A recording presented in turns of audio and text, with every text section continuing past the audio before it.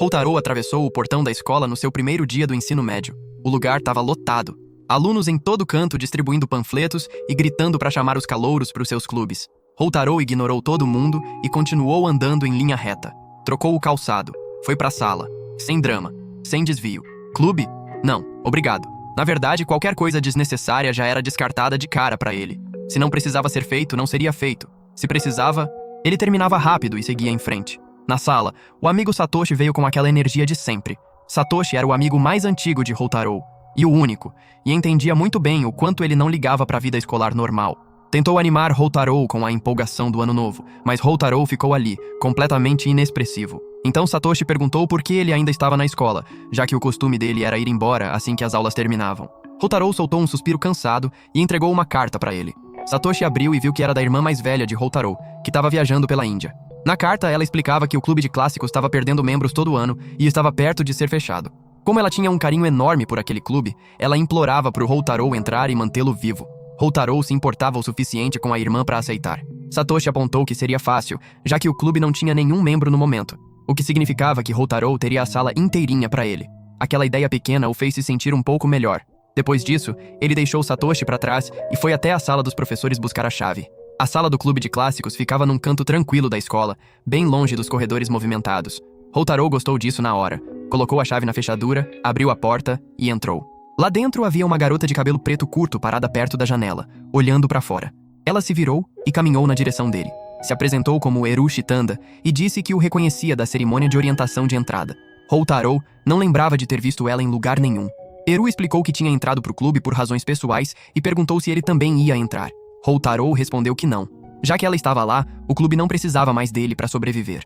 Então se virou e disse que ela podia trancar a sala quando terminasse. Eru o parou na mesma hora. Disse que não tinha a chave.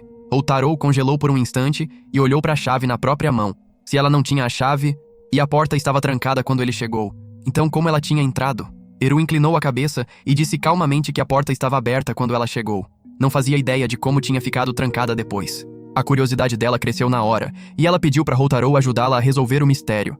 Nesse momento, Satoshi apareceu na porta e admitiu que tinha seguido Houtaro só para ver o que estava acontecendo. Houtaro tentou ir embora de novo, mas Eru pegou a mão dele e se aproximou enquanto pedia ajuda mais uma vez. Tinha algo no olhar dela que o atingiu de um jeito que ele nunca tinha sentido antes. Por causa disso, ele ficou. Os três começaram a pensar em possíveis explicações. Eru mencionou que tinha ouvido um som estranho de tinido antes. Eles prestaram atenção e logo ouviram aquele mesmo som metálico vindo de baixo. Então saíram para o corredor e viram o zelador da escola indo de sala em sala, trancando as portas com uma chave mestra. Houtaro resolveu na hora. O zelador provavelmente tinha checado aquela sala remota do clube, assumido que não havia ninguém dentro e trancado sem perceber que Eru estava lá. O som que ela ouviu era a chave mestra girando na fechadura. Eru tinha se concentrado tanto no antigo prédio escolar lá fora pela janela que nunca percebeu. Com o mistério resolvido, os três caminharam juntos em direção aos armários de calçados. No caminho, Satoshi decidiu entrar pro clube de clássicos também. Houtaro ainda insistia que não ia entrar, mas Eru pegou a mão dele de novo e perguntou diretamente para ele se tornar membro. Sem dizer mais nada, Houtaro entregou o cartão de inscrição. E assim, oficialmente, ele entrou pro clube. Na tarde seguinte, Houtaro ficou depois da aula porque precisava reescrever uma redação que tinha esquecido em casa. Satoshi ficou por perto e começou a contar sobre um boato estranho que estava se espalhando pela escola. Naquela manhã, uma garota tinha passado em frente à sala de música enquanto a chuva caía lá fora. Ela ouviu música clássica vindo de dentro. Mesmo com a sala escura e a porta fechada, quando ela abriu, ninguém estava sentado ao piano, mas a música continuava tocando. Então, quando a peça terminou, uma figura foi lentamente se erguendo do chão com o cabelo bagunçado e olhos vermelhos de tanto sono. A garota levou um susto, bateu a porta e saiu correndo. Houtaro continuou escrevendo como se não ligasse. Mas aí fez uma única pergunta. Queria saber se a história já tinha se espalhado pela escola. Satoshi disse que sim. Houtaro imediatamente concluiu que Eru apareceria muito em breve, pedindo para investigar o caso. Então pegou um pequeno pedaço de papel, escreveu algo rapidinho e disse para Satoshi se preparar para contar uma história diferente. Exatamente como esperado, Eru chegou um momento depois, cheia de curiosidade e pronta para falar sobre o mistério da sala de música. Mas antes que ela pudesse entrar no assunto, Houtaro a redirecionou para Satoshi. Satoshi então contou sobre um grupo secreto chamado Sociedade da Aranha de Seda. Disse que ninguém sabia quem eram os membros, mas todo ano eles colocavam secretamente um panfleto escondido em algum lugar no mural de avisos da escola. A atenção de Eru mudou na hora. A curiosidade dela migrou para esse novo mistério e ela pediu para ambos ajudarem a encontrar o panfleto. Foram até o mural principal do primeiro andar. Estava coberto de pôsteres coloridos de clubes do topo ao fundo. Depois de verificar cuidadosamente, Houtaro apontou um pequeno aviso escondido atrás de um dos pôsteres maiores. Eru olhou de perto, mas a reação dela não foi tão forte como antes. Disse que o mistério pareceu fácil demais e ainda tinha alguns pontos fracos, mas aceitou por enquanto. Depois disso, os três foram cada um para o seu lado. Enquanto caminhavam para casa juntos, Satoshi perguntou quando Houtaro tinha feito o panfleto falso e o escondido atrás do pôster. Houtaro admitiu calmamente que só fez isso porque não queria ir até a sala de música do outro lado do prédio. Aí ele explicou a resposta real. A aluna que usava a sala de música costumava dormir lá para economizar tempo. Ela mantinha a janela fechada e usava um CD de música clássica como alarme. Quando a música parava, ela acordava. Então a garota que abriu a porta simplesmente viu aquela pianista se levantando do chão depois de dormir ali. Satoshi então fez a pergunta de verdade. Houtaro estava evitando o mistério só para poupar esforço? Ou era incapaz de recusar Eru da mesma forma que recusava todo mundo? Houtaro não disse nada. Um mês passou desde que Houtaro entrou para o clube de clássicos e aos poucos ele foi se acostumando com uma rotina tranquila. Na maioria das tardes, ficava na sala do clube com um livro e uma xícara de chá, enquanto Eru ficava do outro lado lendo o próprio livro. Às vezes, ela trazia doces feitos em casa e colocava silenciosamente na mesa dele. Houtaro gostava muito desses dias de paz. Numa tarde, Eru fechou o livro e se levantou. Disse que o clube parecia inativo demais porque eles nunca faziam nada juntos de verdade. Houtaro disse para ela sentar e lembrou que aquilo era um clube de literatura, não de esportes. Mas Eru balançou a cabeça e trouxe à tona o festival escolar que estava chegando. Todo o clube precisava participar. Houtaro disse que não ligava, mas Eru continuou insistindo. Explicou que o clube de clássicos tinha a tradição de fazer uma antologia todo ano para o festival, e ela queria manter essa tradição viva. Houtaro recusou de cara porque o trabalho parecia trabalhoso demais. Eru não cedeu. Disse claramente que perguntaria sobre isso todo dia até ele concordar. Houtaro pensou e percebeu que ajudá-la uma vez daria menos trabalho do que ouvir os pedidos diários dela. Então, no fim, cedeu. Depois perguntou se ela ao menos sabia como fazer uma antologia. Eru admitiu honestamente que não. A ideia dela era encontrar cópias mais antigas e aprender com o que os membros anteriores tinham feito. Então, os dois procuraram juntos pela sala do clube, abrindo gavetas e verificando prateleiras, mas não encontraram nada. Houtaro voltou a sentar, mas Eru disse que eles ainda não tinham terminado. O puxou da cadeira e o levou até a biblioteca da escola. Na recepção estava uma garota de cabelo curto chamada Mayaka. No momento em que me viu, ela me reconheceu e fez uma careta irritada. Me avisou para não causar problema. Respondi com um comentário seco que só a irritou mais. Bem nesse momento, Satoshi apareceu de entre as prateleiras e a expressão de Mayaka mudou completamente. Eru percebeu aquela mudança na hora. Eu expliquei baixinho que Mayaka gostava de Satoshi desde o ensino fundamental. Satoshi cumprimentou todo mundo com aquela simpatia de sempre e apresentou Eru e Mayaka uma para outra. Eru não perdeu tempo e perguntou a Mayaka se a biblioteca tinha alguma cópia antiga da antologia do clube de clássicos. Mayaka disse que não as tinha visto nas prateleiras normais, mas que podiam estar nos arquivos do fundo. Só a chefe da biblioteca podia autorizar o acesso, e essa pessoa ainda não tinha chegado, então não havia outra escolha senão esperar. Enquanto estavam parados ali, Satoshi pediu para Mayaka explicar o padrão estranho que ela tinha mencionado antes. Eu quietamente tentei me dirigir para a saída, mas a curiosidade de Eru já estava presa, então fiquei. Mayaka então explicou o que tinha notado nas últimas semanas. Toda sexta-feira, durante o intervalo do almoço, alguém pegava o mesmo livro emprestado da biblioteca e antes do final do dia, esse livro era sempre devolvido. Como os alunos podiam ficar com os livros por 2 semanas, devolver no mesmo dia não fazia sentido nenhum. Ela trouxe o livro e colocou no balcão. Era um grosso livro de história da escola encadernado em couro. A capa parecia antiga e elegante, e Eru o pegou e disse que era lindo. Então Mayaka mostrou o registro de empréstimos e foi aí que ficou ainda mais estranho. Toda sexta-feira, uma garota diferente tinha pegado o mesmo livro. 5 alunas diferentes em 5 semanas, todas do mesmo ano, todas fazendo a mesma coisa. Houtaro olhou para o registro e notou que os horários de retirada e devolução eram muito próximos. Ninguém conseguiria ler um livro tão grosso assim tão rápido, então disse claramente: o livro obviamente não estava sendo emprestado para ser lido. Por um tempo, todos foram jogando ideias diferentes. Mayaka achava que o livro pesado podia ser útil para apoiar alguma coisa. Satoshi brincou que podia ser usado como escudo. Eru sugeriu que um livro daquele tamanho poderia ajudar a prensar vegetais em conserva. Houtaro se cansou de ouvir e pediu que todo mundo ficasse quieto para ele pensar. Olhei para o registro de novo e percebi que todas as pessoas que pegaram o livro eram meninas e vinham de turmas diferentes. Sugeri que o livro pudesse ser usado como algum tipo de sinal, mas Mayaka explicou que os livros devolvidos eram colocados de volta nas prateleiras de forma aleatória, então essa ideia não funcionava. Então Eru aproximou o livro do rosto e o cheirou. Mayaka deu um passo para trás, surpresa com aquilo. Eru disse que o livro tinha um leve cheiro de tinta. Mayaka tentou cheirar também, mas não notou nada. Hotarou ficou em silêncio por um momento e depois pediu que Eru viesse com ele. Levei o grupo para fora da biblioteca em direção à sala de artes. No caminho, expliquei que havia uma aula eletiva toda sexta-feira que reunia alunos de diferentes turmas. Era a aula de artes. Quando entramos na sala, cavaletes estavam espalhados por todo lado. Quase todas as pinturas inacabadas mostravam a mesma coisa.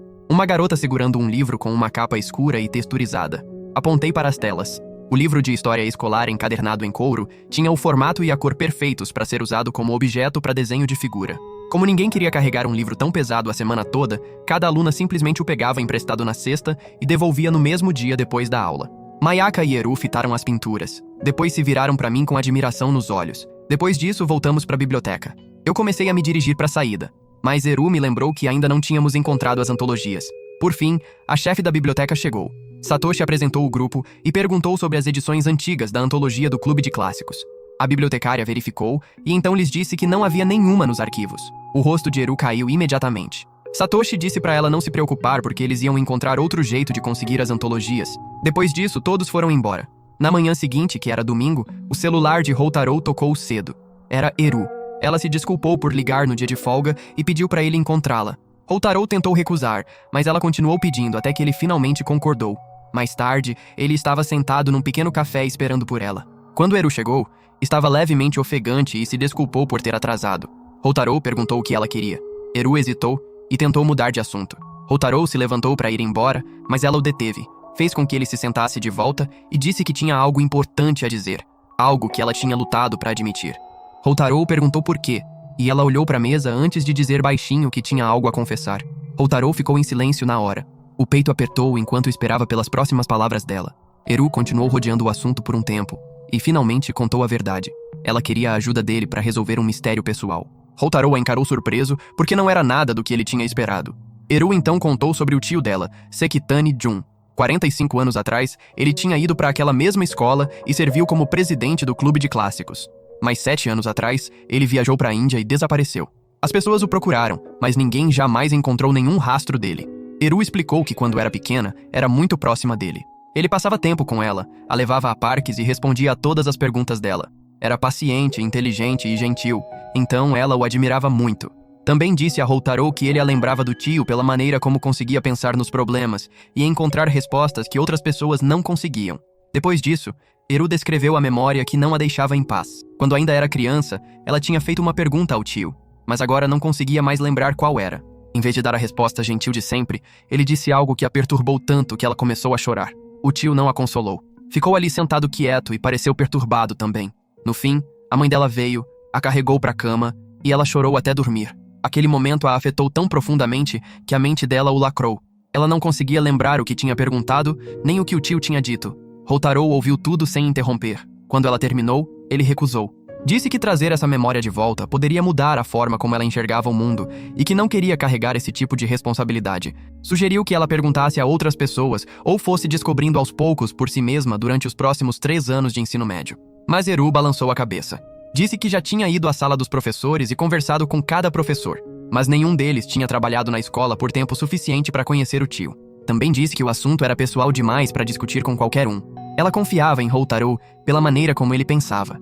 Então acrescentou um último detalhe. O tio estava desaparecido há 7 anos, e a família estava se preparando para realizar o funeral em breve. Antes de se despedir dele pela última vez, ela queria lembrar as palavras que ele tinha dito a ela uma vez. A voz dela ficou mais suave, e ela olhou para a mesa enquanto tentava segurar as lágrimas. Hotarou a observou em silêncio por um momento. Então disse que ajudaria, mas deixou claro que não assumiria responsabilidade por qualquer efeito que a verdade pudesse ter sobre ela. O rosto de Eru iluminou na hora, e ela agradeceu. Logo depois, as provas do bimestre chegaram, e as atividades do clube pararam por um tempo. Hotarou passou esses dias estudando e indo para a escola, então mal viu Eru durante esse período. Quando a última prova terminou, ele foi para casa e se jogou na cama. Lá na escrivaninha, havia uma carta da irmã mais velha. Ele abriu e leu. Ela escrevia que estava presa em Istambul na embaixada japonesa por causa de um problema com o passaporte. Na carta, perguntava como o clube estava indo, se algum novo membro tinha entrado, e lembrou mais uma vez sobre a tradição anual da antologia. Depois mencionou algo importante. As antigas antologias não estavam na biblioteca nem nos arquivos. Estavam guardadas num cofre na parede da sala do clube. E acrescentou que o cofre estava destrancado. No dia seguinte, o clube se reuniu na sala, e Mayaka já tinha se tornado oficialmente a 4ª membro. Hotarou compartilhou o conteúdo da carta com todo mundo. Num primeiro momento, todos sentiram alívio, mas quando olharam ao redor da sala, perceberam que não havia nenhum cofre em lugar nenhum. Houtaru disse para não entrarem em pânico. As salas dos clubes mudavam todo ano. Como a irmã dele tinha se formado 2 anos antes, o cofre estaria na sala que o clube usou naquela época. Ele já tinha perguntado por aí e descoberto que o laboratório de biologia tinha servido como sala do clube de clássicos no ano anterior. O grupo caminhou pelo corredor em direção ao laboratório. No caminho, Houtaru notou 2 pequenos sensores instalados nas paredes dos 2 lados do corredor, mas as meninas não pareceram perceber. Quando chegaram à porta, estavam trancados. Bateram e, depois de um momento, um calouro de cabelo comprido apareceu e manteve a porta quase fechada. Um forte cheiro de colônia vinha dele. Ele se apresentou e disse que o clube do jornal agora usava aquela sala, embora fosse o único lá naquele dia. Eru educadamente explicou que o clube de clássicos estava procurando um cofre na parede que ainda deveria estar dentro. O calouro ficou tenso de repente e alegou que nunca tinha visto nenhum cofre lá. Mayaka lembrou a ele que os alunos tinham o direito de inspecionar a sala se necessário. O calouro hesitou por um momento, mas os deixou entrar. Houtaru olhou em volta com atenção. Papéis espalhados sobre a mesa. Um rádio perto da beira. A janela aberta com um ventilador apontado direto para ela, mesmo sendo um arranjo que facilmente espalharia os papéis. O grupo procurou pelo cômodo, mas não encontrou nada. Então Houtaru perguntou ao calouro se ele tinha movido algo grande quando o clube do jornal se instalou. O calouro disse que tinha deslocado algumas caixas de papelão. Houtaru disse calmamente que, se eles mesmos não conseguissem encontrar o cofre, ele pediria a um funcionário para fazer uma busca adequada no cômodo. O rosto do calouro mudou na hora. A respiração ficou mais pesada, e ele mandou que eles fossem embora. Houtaru saiu com as meninas e disse ao calouro que, se as antologias aparecessem, ele podia simplesmente deixá-las na sala do clube de clássicos. Pouco tempo depois, as antologias estavam em uma pilha organizada sobre a mesa deles. Mayaka perguntou a Houtaru como ele tinha descoberto. Ele a puxou de lado discretamente e disse para guardar segredo. Então explicou tudo. Os sensores no corredor, a colônia forte, o ventilador apontado para a janela aberta e o rádio na mesa apontavam para uma só coisa. O calouro estava fumando na sala. Como ele vinha de uma família respeitada, ser pego causaria sérios problemas. Isso significava que o cofre provavelmente era onde ele escondia os cigarros e o isqueiro. E foi por isso que ele se recusou a revelar. No momento em que Houtaru mencionou os funcionários, o calouro não teve outra escolha a não ser entregar as antologias ele mesmo. Bem nessa hora, Satoshi entrou na sala fantasiado de girassol, e Mayaka mostrou os livros recuperados para ele. Ao mesmo tempo, Eru puxou Houtaru de lado. Segurou um dos volumes. O título na capa era Hoka. Disse a ele que essa era a antologia ligada ao tio. Dentro, um texto escrito 1 ano depois que ele deixou a escola o descrevia como um herói que sacrificou tudo pelo bem maior. Eru pressionou a mão na testa e disse que sentia como se a resposta estivesse perto, mas ainda não conseguia alcançá-la. Houtaru se virou para o monte de livros e começou a procurar a primeira edição, a do período em que o tio ainda era estudante. Mayaka verificou a pilha e então deu a má notícia. O primeiro volume estava faltando. Enquanto caminhavam para casa naquela tarde, Houtaru disse a Eru que ela também deveria contar a história do tio para Satoshi e Mayaka. Eru hesitou porque não queria envolver muitas pessoas, mas Houtaru apontou que os dois deles sozinhos talvez não fossem suficientes para resolver. Eru parou de caminhar, pensou por um momento e concordou em contar no dia seguinte. No clube da tarde seguinte, Eru explicou tudo. Contou a Satoshi e Mayaka sobre o tio, Sekitani Jun, o desaparecimento dele, a memória que ela havia bloqueado e o funeral que aconteceria em breve. Os dois ouviram em silêncio até ela terminar. Depois de ouvir tudo, prometeram ajudar. O grupo decidiu que o objetivo principal era descobrir o que tinha realmente acontecido 45 anos atrás. Combinaram de se encontrar na casa de Eru naquele fim de semana e cada um levaria sua pesquisa e sua própria teoria. O sábado chegou com céu cinza. Houtaru estava parado ao lado da bicicleta esperando quando ouviu Satoshi chamando lá no final da rua. Satoshi veio pedalando em velocidade máxima e quase bateu antes de parar no último segundo. Então os dois partiram juntos, deixando a cidade para trás e indo em direção ao campo. Enquanto pedalavam, as ruas foram ficando mais silenciosas e lavouras de arroz e morros baixos se estendiam pelos dois lados da estrada. Durante o caminho, Houtaru perguntou a Satoshi se ele curtia sua vida no ensino médio. Satoshi diminuiu um pouco a velocidade e disse que ele mesmo tinha seus próprios problemas, mas preferia ficar animado e focar nas partes boas. Houtaru não respondeu nada e continuou pedalando em silêncio. Depois de uma longa viagem, chegaram à propriedade dos Chitanda. Era grande, com um alto portão de madeira na entrada. Atrás havia uma casa antiga e espaçosa construída em estilo tradicional e cuidadosamente mantida por gerações. Eru os recebeu na porta e os conduziu para dentro. Passaram por vários cômodos com assoalhos polidos e biombos antigos, e o ar carregava um leve cheiro de tatame e verniz de madeira. Num dos cômodos internos, Mayaka já esperava sentada numa mesa baixa com papéis espalhados à frente. Todos se sentaram ao redor. Eru distribuiu cópias do prefácio da segunda antologia. Ele descrevia Sekitani-jun como alguém que deixou a escola não apenas como estudante, mas como um herói e uma lenda que abriu mão de tudo pelo bem maior. O trecho tinha sido escrito 1 ano depois que ele deixou a escola. Ero então apresentou a teoria dela primeiro. Acreditava que durante o festival escolar de 45 anos atrás, pessoas de fora invadiram, causaram problema e assediaram alunos. O tio então se levantou contra eles, reuniu apoio e os expulsou. Mas nesse processo ele bateu num dos invasores na frente de um professor e foi expulso por causa dessa violência. Os outros ouviram e pensaram. Satoshi então apontou que o tipo de gangues de jovens que Eru descreveu não apareceu de verdade até cerca de 5 anos depois daquele evento. Houtaro acrescentou que a escola havia proibido há muito tempo qualquer barraca de festival que envolvesse dinheiro, então não haveria nada lá para forasteiros roubarem. Eru ouviu o raciocínio deles, aceitou. Depois disso, Satoshi esticou as pernas e perguntou se podiam ir para algum lugar mais confortável. Eru sugeriu a varanda que dava para o lago do jardim, então carregaram os papéis para fora. O lago parecia quieto e escuro sob o céu nublado, enquanto os sapos coachavam em algum lugar perto do junco. Em seguida, foi a vez de Mayaka. Ela distribuiu várias páginas de anotações e explicou a teoria dela. Acreditava que o assunto todo estava ligado a uma luta política entre o governo e as escolas. Na visão dela, as autoridades tinham tentado controlar o currículo para transformar alunos em apoiadores obedientes. A escola resistiu. Professores e alunos então se uniram, realizaram protestos e greves, e Sekitani-jun liderou aquela resistência. Por causa disso, funcionários o tinham como alvo e usaram influência para mandá-lo embora. Houtaro e Satoshi admitiram que a teoria tinha uma estrutura sólida, mas também enxergaram um problema claro. O protesto que Mayaka mencionou tinha ocorrido em junho, enquanto Sekitani deixou a escola em outubro. A lacuna entre essas datas era grande demais para ignorar, então a teoria não se encaixava completamente. Um pouco mais tarde, Satoshi admitiu que estava com fome. Eru trouxe todo mundo de volta para dentro para a cozinha e começou a fazer bolinhos de arroz enquanto a discussão continuava. O cheiro de arroz fresco rapidamente tomou conta do ambiente. Quando terminou, colocou os onigiri num prato no meio da mesa. Então Satoshi espalhou recortes de jornais antigos e boletins escolares que tinha coletado. A teoria dele era um pouco parecida com a de Mayaka, mas ele mudou o foco. Acreditava que o conflito real era entre alunos e professores, não entre a escola e o governo.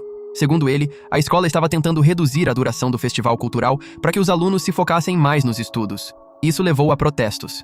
Mas os recortes também mostravam que esses protestos tinham permanecido majoritariamente pacíficos. Não havia registro de nenhum confronto físico com professores. E ainda persistia a mesma lacuna temporal. O protesto tinha acontecido meses antes da expulsão.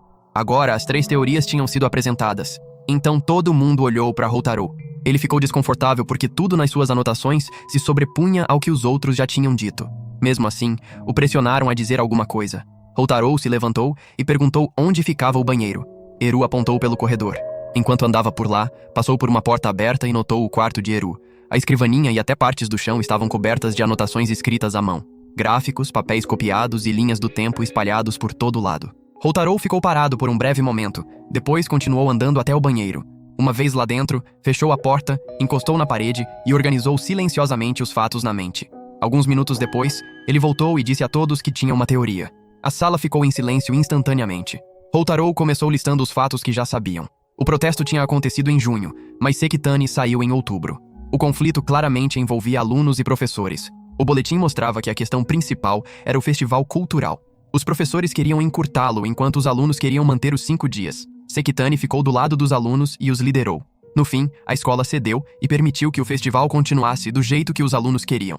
Mas Houtaro acreditava que a escola não tinha esquecido aquele conflito. Expulsar Sekitani imediatamente teria causado ainda mais problemas, porque os alunos o viam como um herói. Então a escola esperou. O tempo passou, a tensão diminuiu, e quando as coisas se acalmaram, eles o expulsaram quietamente mais tarde, usando outro motivo qualquer. Isso explicava a lacuna entre junho e outubro. Também explicava por que a segunda antologia, escrita no ano seguinte, o elogiava como uma lenda que tinha se sacrificado por todo mundo. O festival foi reduzido para 3 dias depois, mas só depois que ele já tinha ido embora. Ninguém contestou a explicação. Satoshi e Mayaka disseram que a teoria fazia sentido. Eru deu um sorriso tênue, mas então seus olhos caíram para a mesa. Ela fez uma última pergunta em voz baixa. Se o tio havia deixado a escola como um herói orgulhoso, então por que as palavras dele a fizeram chorar tanto quando era criança? Houtaro não tinha resposta para isso.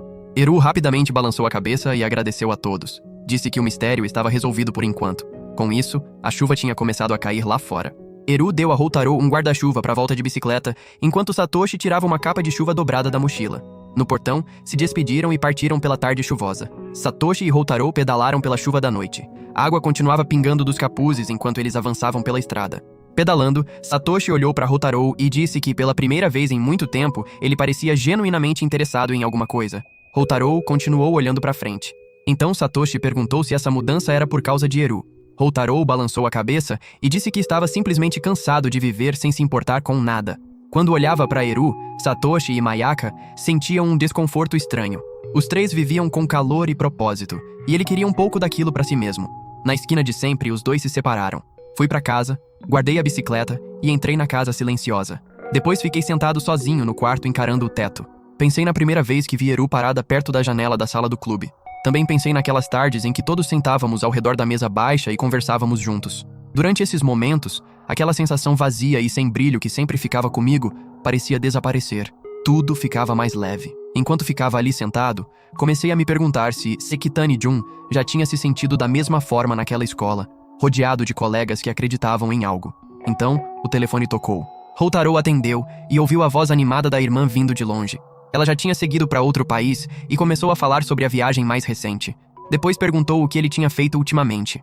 Houtaro contou sobre a antologia e mencionou que tinha lido Roca. Por um breve momento, a linha ficou quieta. Então ela disse que Roca sempre tinha sido um dos trabalhos favoritos dela. Depois chamou de tragédia. Descreveu Sekitani como uma pessoa gentil que se viu presa numa história triste. Houtaro imediatamente pediu para ela explicar, mas ela de repente disse que precisava ir. E a chamada terminou. Depois disso, Houtaro espalhou todas as suas anotações pela escrivaninha e as olhou de novo. Desta vez pareciam diferentes. A teoria dele havia pintado Sekitani como um herói orgulhoso que deixou a escola sendo respeitado por todos. Mas a irmã o chamou de tragédia. E essa palavra não combinava com um final heróico. Se era realmente uma tragédia, então algo devia ter dado muito errado. Houtaro ficou ali por muito tempo, pensando em silêncio enquanto a chuva batia na janela. Na tarde seguinte, chamou os outros para a sala do clube. Quando chegou, Eru, Satoshi e Mayaka já estavam lá. Houtaro disse que a teoria ainda estava incompleta. Explicou que a palavra sacrifício no prefácio da antologia ainda não tinha sido completamente compreendida. Podia descrever um ato nobre, mas de forma involuntária, ou podia significar algo doloroso que foi imposto a alguém. Ainda precisavam saber qual dos dois era o verdadeiro. Satoshi então disse que o único jeito de saber com certeza era encontrar a pessoa que tinha escrito aquele prefácio. Houtaro respondeu que já tinha verificado. A escritora era a chefe da biblioteca, Yaeko. A idade dela combinava com o período, e ela havia frequentado a escola 45 anos antes como membro do clube de clássicos. Então, o grupo reuniu as coisas e foi para a biblioteca. Lá dentro, prateleiras altas se erguiam em fileiras compridas, sob luzes fluorescentes. Perto do fundo, Yaeko estava recolocando livros no lugar. Ela sorriu quando os viu e disse que ainda tinha alguns minutos de trabalho. Mayaka se adiantou e começou a ajudá-la com os livros. Então Houtaro mostrou a Yaeko o prefácio de Roca e perguntou se ela tinha escrito. Ela disse que sim. Depois de olhar para eles, perguntou por que alunos da idade deles se interessavam por algo que tinha acontecido tão tempo atrás. Eru então contou que Sekitani-jun era o tio dela. Yaeko perguntou como ele estava, e Eru respondeu quietamente que ele havia desaparecido na Índia 7 anos atrás e ninguém tinha notícias desde então. Yaeko os levou para seu pequeno escritório atrás do balcão de recepção. Sentou, leu cuidadosamente as anotações de Houtaro e disse que o trabalho era impressionante para algo baseado apenas na antologia, mas que uma peça faltante mudava a história toda. Ela começou a explicar como a escola era 45 anos atrás. Naquela época, o festival cultural durava 5 dias inteiros e atraía visitantes de toda a cidade. A empolgação durante aquela semana era enorme. Mas no ano em que ela entrou na escola, as coisas foram longe demais. Durante o festival, brigas estouraram entre alunos. Por causa disso, o diretor anunciou que o festival seria reduzido de 5 dias para apenas 2, com muitas restrições pesadas sendo adicionadas. Os alunos reagiram com força.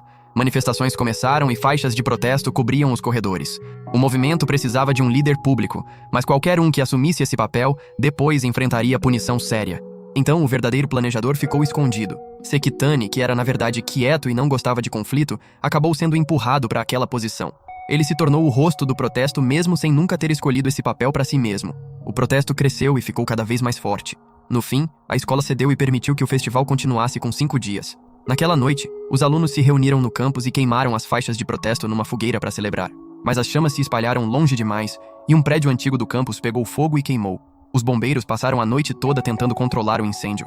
Na manhã seguinte, a escola precisava de alguém para culpar. Escolheram Sekitani. Ele foi expulso.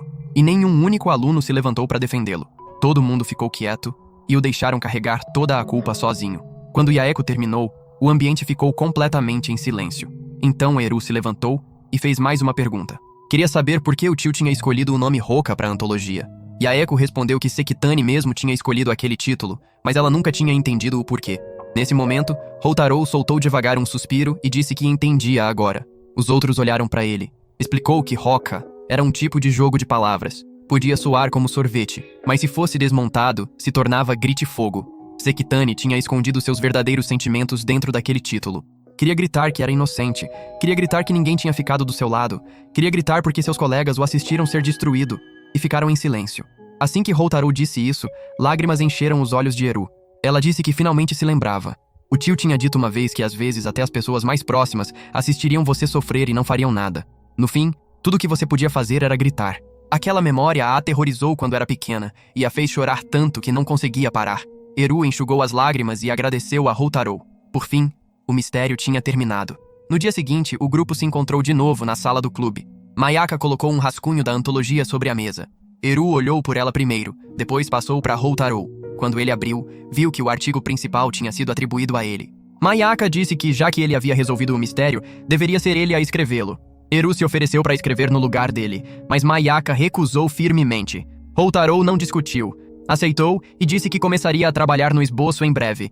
Planejava escrevê-lo como uma homenagem a Sekitani. Mais tarde, naquela tarde, Houtaro e Eru foram para casa juntos. No caminho, Houtaro perguntou por que ela finalmente tinha concordado em compartilhar a história do tio com os outros depois de protegê-la tão cuidadosamente.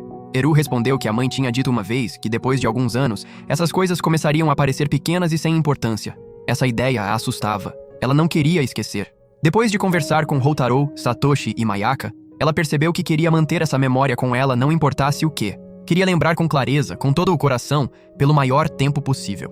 Alguns dias antes das férias, Houtaro estava sentado na carteira em sala. A luz do sol entrava pelo ambiente e a poeira de giz flutuava perto do quadro, enquanto o professor continuava falando numa voz monótona. Então um som brusco veio da sala ao lado. Vozes altas se seguiram, e uma delas era claramente de Eru. Ela estava discutindo com o professor num tom firme e constante. Alguns alunos da turma de Houtaro se viraram para a parede para ouvir. O próprio professor pausou por um momento, depois continuou a aula. Mais tarde naquela tarde, os quatro se encontraram na sala do clube. Houtaro fechou o livro e perguntou a Eru o que tinha acontecido mais cedo com o professor. As palavras saíram antes que ele pudesse se deter. Eru ficou imediatamente alerta e os olhos dela se abriram levemente. Ela o olhou com aquela expressão familiar que ela sempre tinha quando um novo mistério aparecia. Houtaro entendeu na hora que tinha cometido um erro. Se levantou e pegou a bolsa, mas Eru agarrou a alça antes que ele saísse. Disse que esse realmente importava, então Houtaro voltou a sentar. Eru colocou as duas mãos na mesa e começou a explicar. Naquela manhã, o professor de matemática tinha entrado na sala e escrito um problema no quadro que não fazia parte do conteúdo que estavam estudando. Nenhum aluno reconheceu. O professor chamou vários alunos um por um, mas cada um disse que não sabia ou deu a resposta errada. O professor ficou mais irritado a cada vez, e o jeito como batia o giz no quadro foi ficando cada vez mais brusco. Naquele ponto, Eru levantou a mão e disse a ele que a turma ainda não tinha estudado aquele tema. O professor rebateu, mas Eru não cedeu. Os dois foram para lá e para cá por vários minutos até que o professor finalmente verificou as anotações, parou e percebeu que tinha avançado o plano de aula por engano. Satoshi se inclinou para frente e disse que esse professor era conhecido por se preparar com cuidado. As aulas dele sempre seguiam uma ordem fixa, então um erro assim não combinava com o tipo de pessoa que ele era. Eru concordou e disse que era exatamente por isso que a coisa toda continuava a incomodar. Então os dois olharam para Houtaro. Houtaro esfregou a nuca e sugeriu que talvez o professor simplesmente tivesse pulado um dia no cronograma. Mayaka estralou a língua na hora e disse que essa resposta era preguiçosa e que todo mundo ali sabia disso. Houtaro não discutiu. Ficou sentado quieto e pensou. Então Satoshi casualmente acrescentou algo. Disse que a própria turma dele, a seção A, já tinha estudado aquele mesmo problema de matemática. Disse até que ainda não o entendia direito, e foi por isso que reconheceu quando Eru descreveu. Por um momento, o ambiente ficou completamente imóvel. Houtaro então pegou um pacote de salgadinhos na mesa e tirou alguns pequenos biscoitos em forma de letras. Os alinhou na frente dele e lentamente virou alguns. Então apontou para as letras A e D. Ambas eram minúsculas, e as formas delas se pareciam muito. Uma tinha uma cauda para um lado e a outra para o lado oposto. Se alguém virasse uma delas, poderia facilmente ser confundida com a outra. Então, Houtaro explicou tudo. O professor provavelmente preparava cadernos de aula diferentes para cada turma. Satoshi estava na turma A, enquanto Eru estava na turma D. Se os rótulos das pastas ou papéis estivessem escritos em minúsculo, então o A e o D poderiam parecer quase a mesma coisa. Então, o professor deve ter pego as anotações erradas naquela manhã e ensinado acidentalmente para a turma D, usando o material preparado para a turma A. Era por isso que o problema parecia desconhecido para a turma de Eru, mas já tinha sido visto na turma de Satoshi. Assim que Houtaro terminou de explicar, Eru se inclinou em sua direção por cima da mesa. O rosto se aproximou e ela agradeceu com um sorriso aberto e luminoso. O ônibus percorria uma estrada estreita que serpenteava por colinas verdes. Lavouras de arroz se estendiam pelos dois lados da via e o motor ronronava enquanto as árvores iam ficando mais densas conforme iam se afastando da cidade. Houtaro estava sentado do lado da janela, com a testa encostada no vidro frio. O rosto estava pálido e o estômago estava enjoado desde a primeira curva brusca. Quando a van finalmente parou em frente a um grande edifício de madeira cercado de árvores, Houtaro desceu com as pernas bambas. Duas garotas esperavam na entrada. Mayaka as apresentou como as primas mais novas, Risa e Kaho. As meninas fizeram uma reverência e guiaram o grupo para dentro. O corredor cheirava a madeira velha e tatame fresco. Houtaro e Satoshi foram levados a um quarto no segundo andar. Satoshi abriu a janela e se inclinou para fora. Mais tarde, Mayaka os chamou lá de baixo para jantar. Sentaram ao redor de uma mesa baixa cheia de arroz, peixe grelhado, conservas de legumes e miso. Vapor subia de cada prato. Depois de comer, Houtaro voltou pro quarto e viu que Satoshi já tinha ido embora. Concluiu que ele tinha ido pras fontes termais. Ficou deitado no chão por um tempo assistindo televisão, mas entediou rápido. Então pegou uma toalha e saiu pro corredor. Lá estava Eru parada perto das escadas, com uma toalha e uma pequena bolsinha de pano nas mãos. Perguntei para onde ela estava indo e ela disse que estava indo pras fontes termais. Os dois caminharam juntos por uma trilha de pedras iluminada por lanternas pequenas. No caminho, Eru mencionou que Mayaka tinha ido passar um tempo com as primas, então ela ia pro banho sozinha. Houtaro simplesmente concordou com um aceno. Na entrada, se separaram e foram para seus próprios banheiros. Houtaro se abaixou devagar dentro da água quente. Pedras cercavam o banho e o vapor subia pro ar da noite. Satoshi já estava lá encharcado por perto. Os dois conversaram à toa por um tempo, mas depois a visão de Houtaro começou a turvar. O calor pressionava forte contra o corpo e os braços estavam pesados. Satoshi percebeu na hora e o puxou para fora rapidamente. Depois o carregou de volta para o quarto, onde Mayaka ajudou a estender o colchão e o cobriu com um cobertor. Um pouco depois, Eru abriu a porta de correr e se ajoelhou ao lado dele. Perguntou se estava melhor, e Houtaro disse que sim, enquanto se virava para encará-la. Eru então disse que os outros estavam no quarto ao lado, contando histórias de terror, e disse que ele podia se juntar se quisesse. Depois disso, ela voltou e deixou a porta levemente aberta. Houtaro ficou onde estava e ficou ouvindo as vozes do quarto ao lado. Então ouviu Risa começar a contar uma história sobre a pousada. Havia muito tempo, um homem tinha se hospedado no quarto 7 do prédio antigo do outro lado da casa principal. Pagou adiantado e disse ao pessoal para não perturbá-lo. Recusou todas as refeições. Então, numa noite, um grito ecoou pela pousada. Uma mulher o encontrou pendurado numa corda dentro do quarto. Ele havia pego dinheiro de uma empresa, perdido tudo num negócio fracassado e tirado a própria vida. Depois disso, os hóspedes que ficaram lá diziam ver uma figura escura pendurada no teto. Um homem até adoeceu e morreu naquele quarto. No fim, a família chamou alguém para purificar o lugar. Um novo prédio foi erguido na frente do antigo e o quarto 7 foi selado. Ninguém mais chegava perto depois disso. Depois de ouvir a história, Houtaro se levantou e foi até a janela. Do outro lado do pátio, o prédio antigo estava escuro e silencioso. Uma sensação fria correu pelos braços. Estendeu a mão para fechar a janela, mas logo antes de fechar, viu uma figura pequena correr pelo chão lá embaixo e desaparecer atrás do canto do prédio. Ficou olhando por um momento. Depois fechou a cortina e foi dormir. Na manhã seguinte, Houtaro desceu e encontrou Mayaka sentada bem pertinho de Eru, na mesa do café da manhã. O rosto estava pálido. Disse que durante a noite acordou por causa de uma rajada de vento. Quando se virou para fechar a janela, viu uma forma escura pendurada dentro do quarto 7. Risa riu e disse que Mayaka provavelmente tinha imaginado por causa das histórias de terror. Mas Kaho disse quietamente que o pai tinha pedido a Risa para não contar aquela história para os hóspedes. Então Eru se inclinou perto de Houtaro e disse baixinho que Mayaka a havia acordado durante a noite. Quando Eru olhou para a direção do quarto 7, ela tinha visto a mesma forma. Houtaro disse que as duas provavelmente tinham confundido algo normal com um fantasma.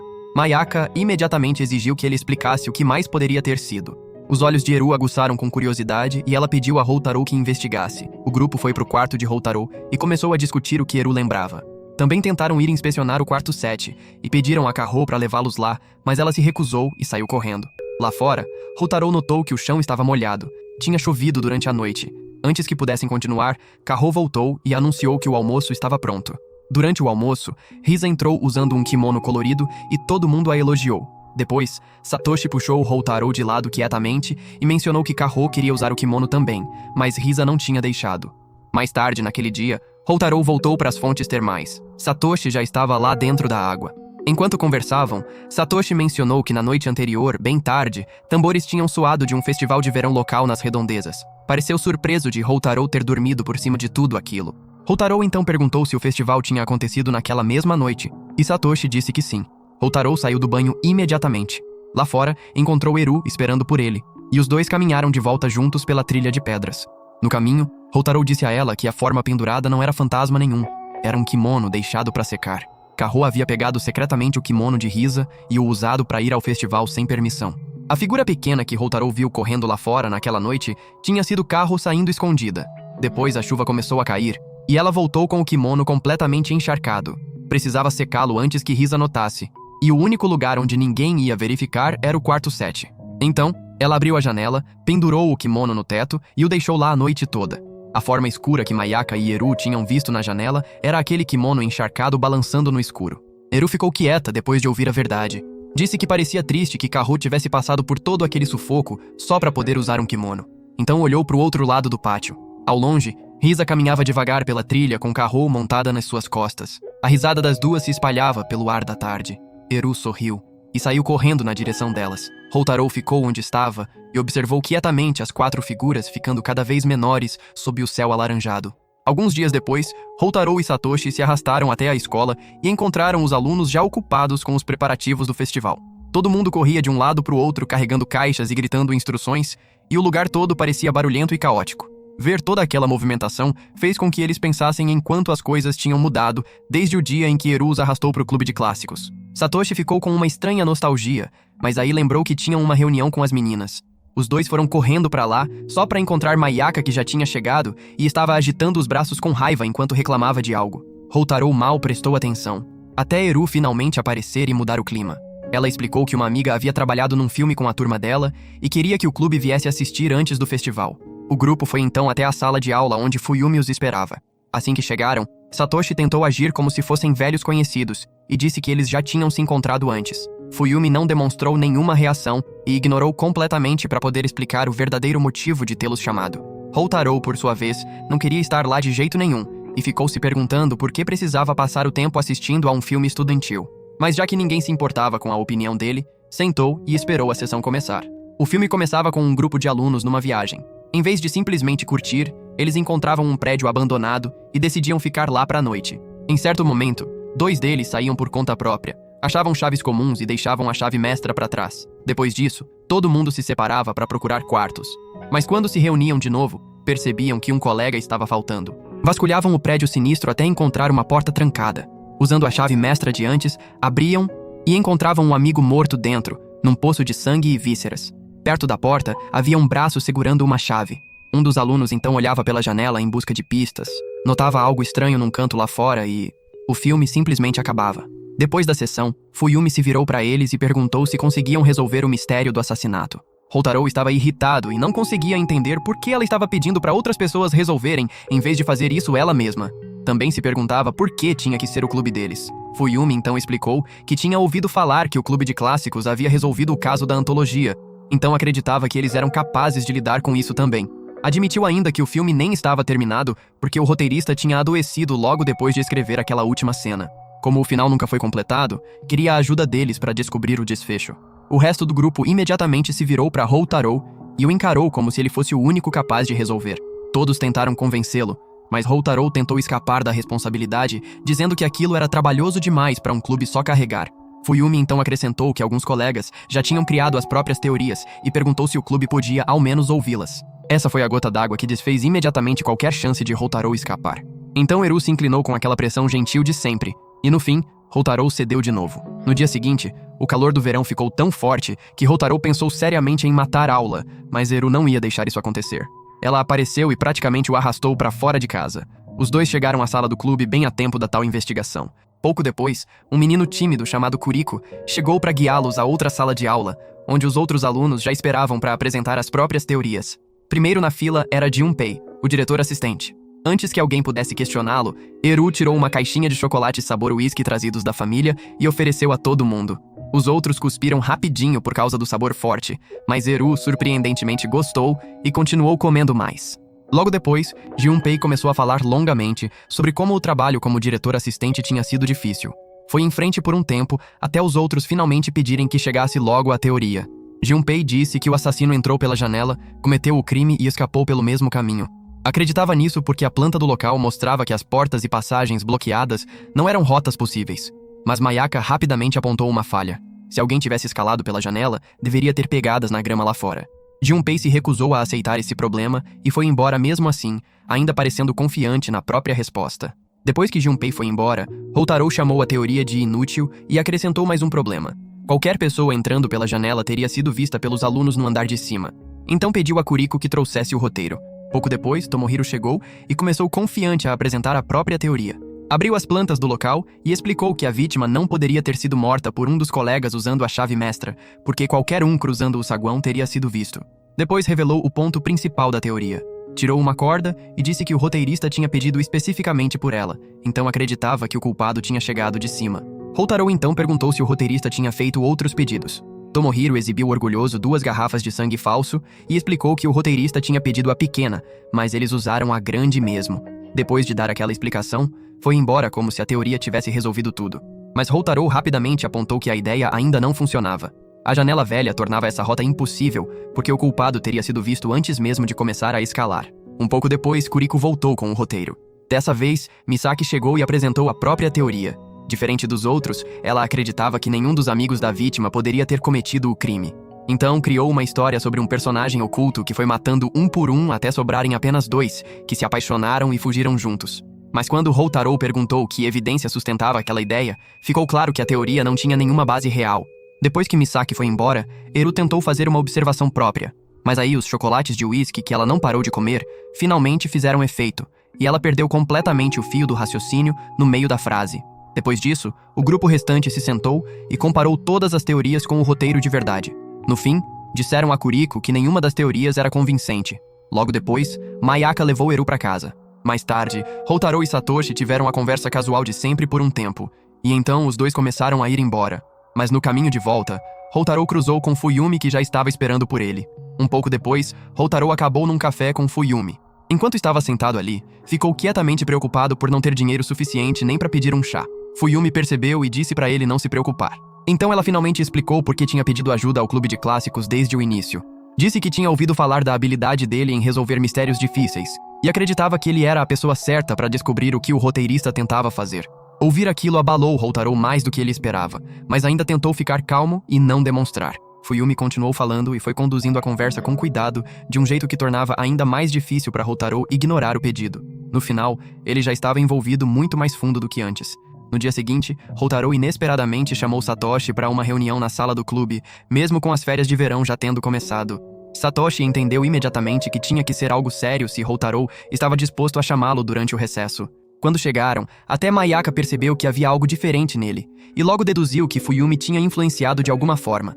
Em seguida, mencionaram que Eru provavelmente ainda estava exausta depois de comer chocolate demais. Então, o grupo reassistiu ao filme, na esperança de encontrar novas pistas. Mas em vez de progredir, ficaram principalmente frustrados porque o filme em si era muito mal feito.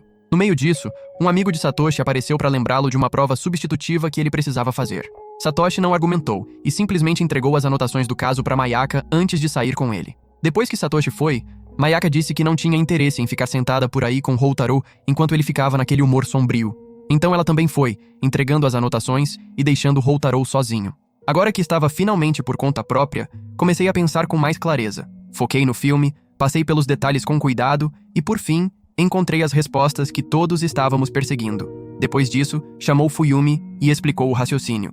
Disse que nenhuma das teorias dos outros alunos funcionava. Entrar pela janela velha era difícil demais, e usar a chave mestra pelo saguão também era impossível porque a área era exposta demais. Então disse que Misaki tinha razão em uma coisa. Havia de fato um personagem extra envolvido, mas não era nenhum assassino oculto. Era o cinegrafista. Isso explicava por que o filme parecia do jeito que parecia.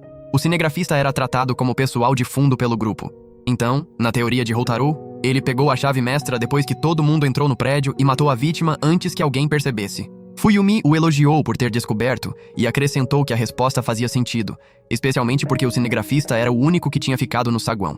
Mas Houtaro disse que o roteirista provavelmente só queria criar um pequeno mistério e não se importava tanto em fazer o final perfeito. Fuyumi o agradeceu por ter ajudado. Alguns dias depois, todos se reuniram na sala de aula dela e assistiram à versão finalizada do filme. Quando terminou, Satoshi e as meninas elogiaram Houtaro por ter resolvido mais um caso.